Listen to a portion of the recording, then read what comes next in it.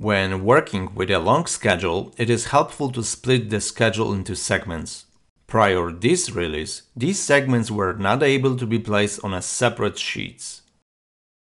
Revit 2022 introduces split and place functionality for schedules, enabling users to split schedules and specify destination sheets for each of their segments.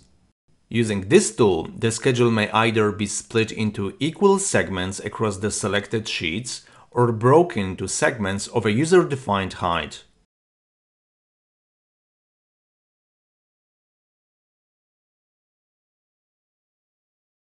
You can now filter by family and type parameters in schedule and material takeoffs. This improves family filtering in single or multi-category schedules.